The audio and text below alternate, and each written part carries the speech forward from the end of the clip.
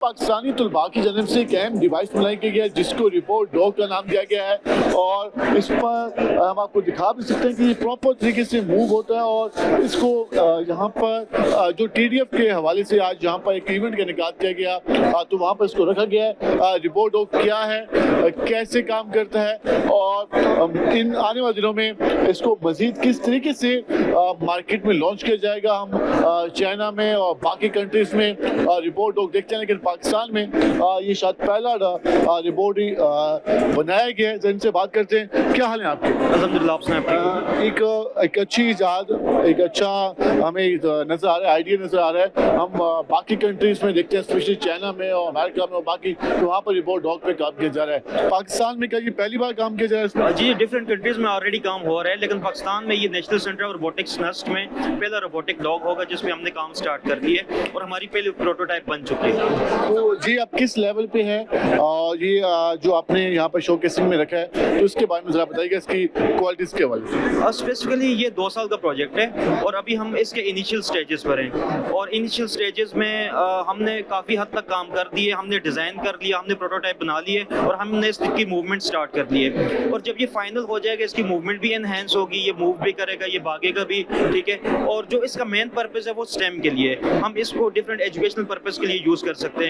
अब अगर देखा जाए तो डिफरेंट दुनिया में हमारे पास स्पेसिफिकली रोबोडॉग जो है वो आपको फॉर एग्जांपल फायर पर्पस के लिए भी यूज़ होता है। किसी जगह आग लग गई है तो जहाँ ह्यूमन बीइंग नहीं जा सकते तो आप स्पेसिफिकली रोबोडॉग को वहाँ भेज के ह्यूमन सेफ्टी के हवाले से काम कर सकेगा।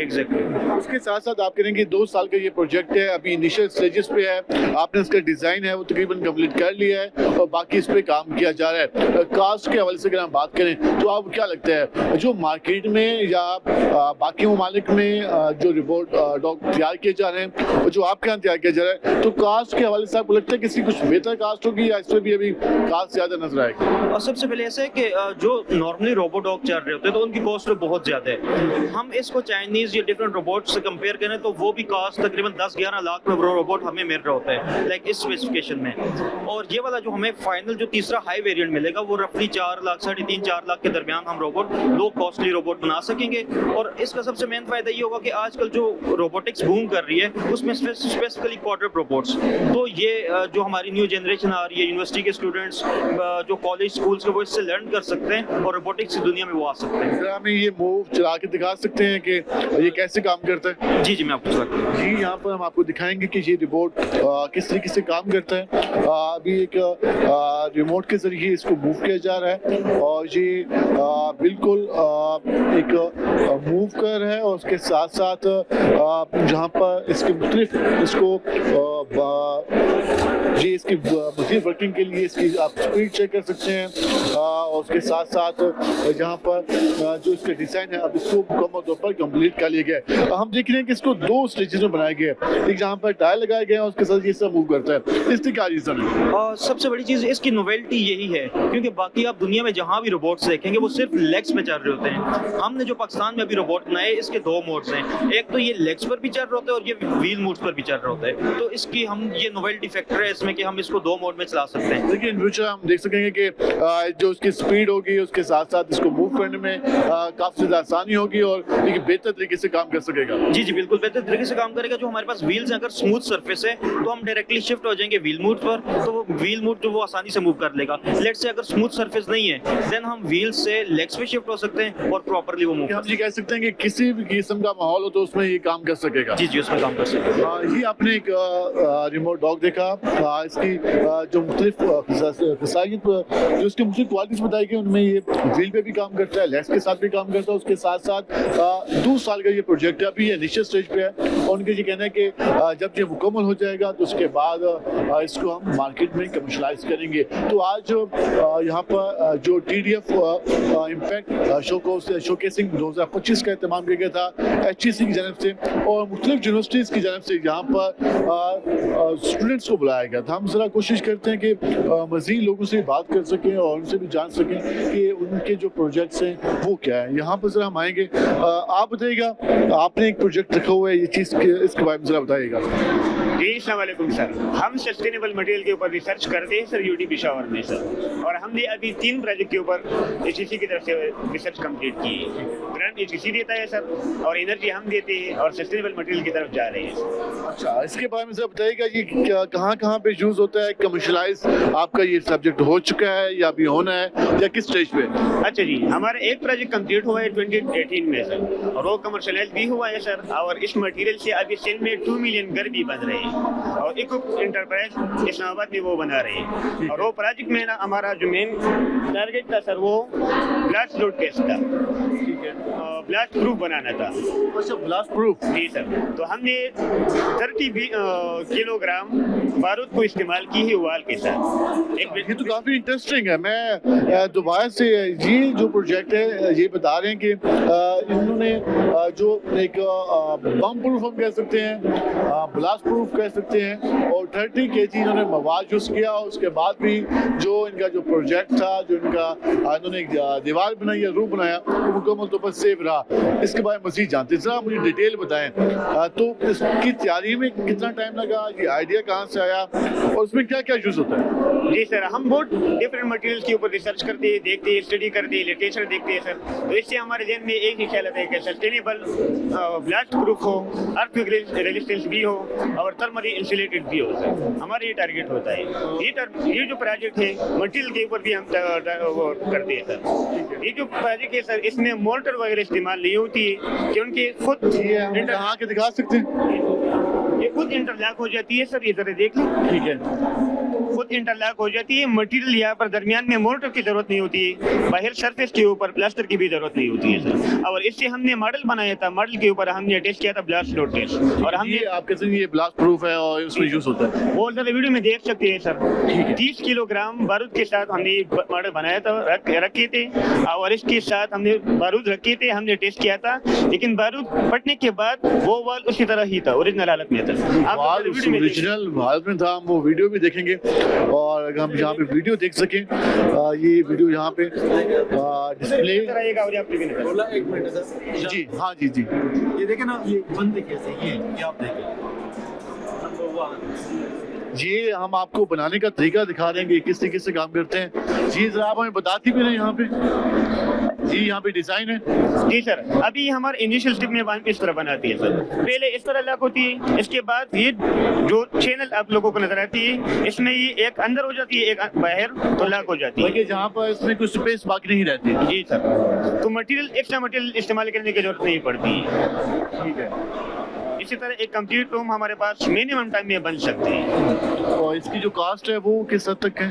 कास्ट हमारे पास 28% कास्ट इफेक्टिव है। अच्छा, नॉर्मल ब्रिक वॉल से नॉर्मल आप कहते हैं कि 28% इसमें है। जी हम प्रूफ ये वॉल है जी, अगर हम दिखा सकें तो ये पूरा मॉडल है। जी सर, वो पूरा मॉडल है। जी आप कह सकते हैं कि अर्थक्वेक में भी काफी ज्यादा सस्टेनेबल है। अगर ब्लास्ट प्रूफ में रेजिस्टिव है तो अर्थक्वेक में भी होगा।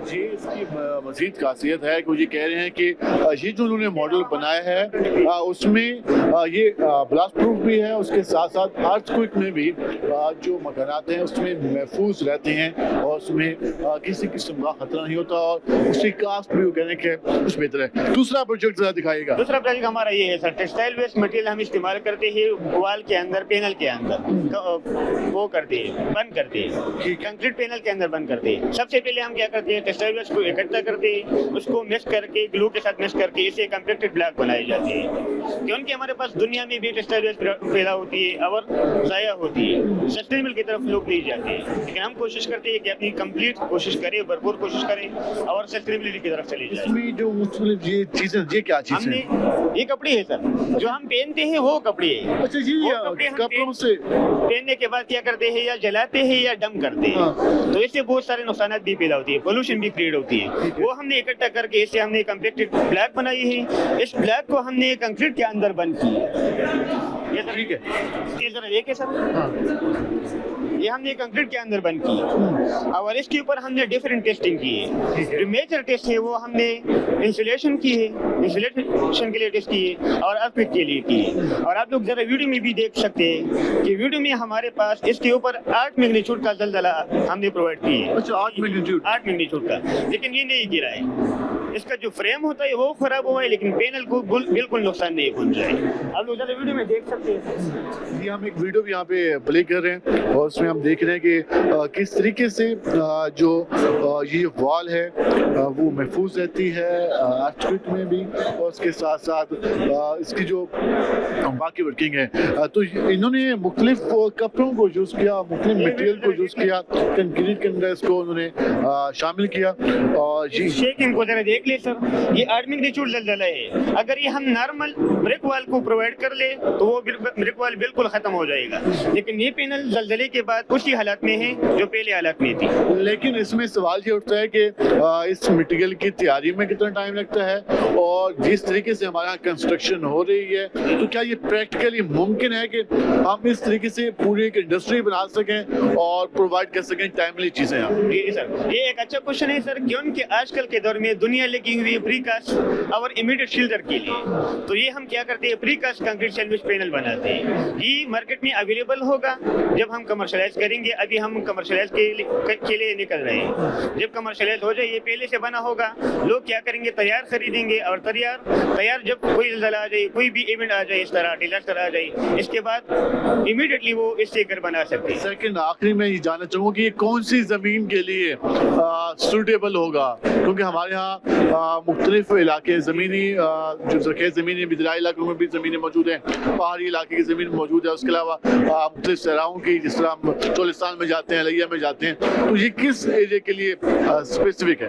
अच्छा जी, ये हर एक एनवायरनमेंट के लिए, हर एक जोन के लिए सूटेबल है। वजह क्या है सर, क्योंकि ये हमारे पास जब कंक्रीट के अंदर हम बंद करते हैं तो मॉइस्चर यहाँ तक नहीं पहुँच सकती, तो वाटर प्रूफ भी है। इसके अलावा ये थर्मल इंसुलेटेड भी है, तो गर्मियों के लिए भी अच्छा है, सर्दी के लिए भी अच्छा है, एनर्जी एफिशिएंट होगा।